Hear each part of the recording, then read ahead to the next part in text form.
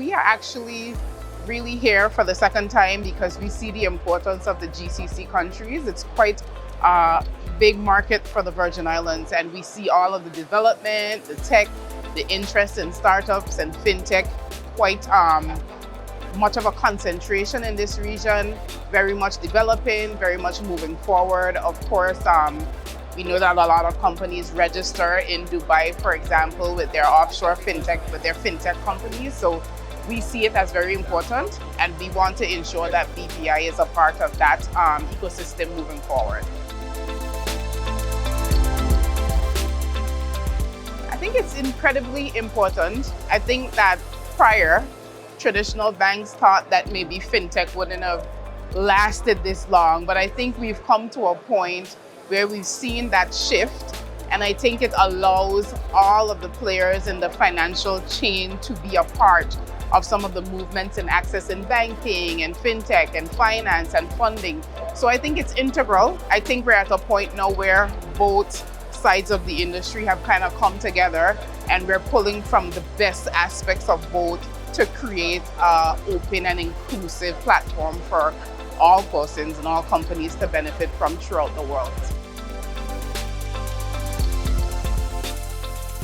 Sure. Well, I would have just touched on that in the previous question, but inclusivity is certainly very, very important, especially in certain parts of the world. For example, Middle East, I think certainly Africa and some other developing areas. Of course, for the British Virgin Islands, we are in the Caribbean where we need much more inclusivity.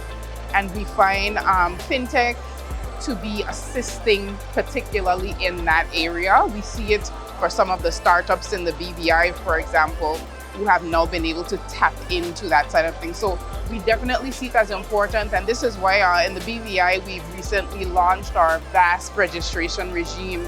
So this was enacted 2 years ago.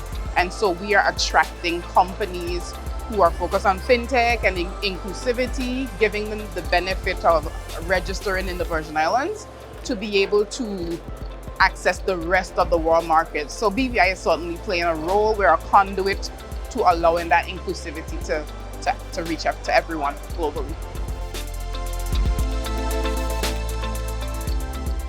Well, again, I think it can certainly we can see that it will continue to become more and more intertwined. I think that we're at a point now where both fintech and the traditional banks have seen where they both benefit from each other. I think there's a space now with some of the things like the crypto winter and things like that, where we're seeing the need to have a bit more regulation in the fintech space, which I think traditional banks can certainly help with because of all the lessons they've learned. So I think both sides of the coin, they can learn from each other.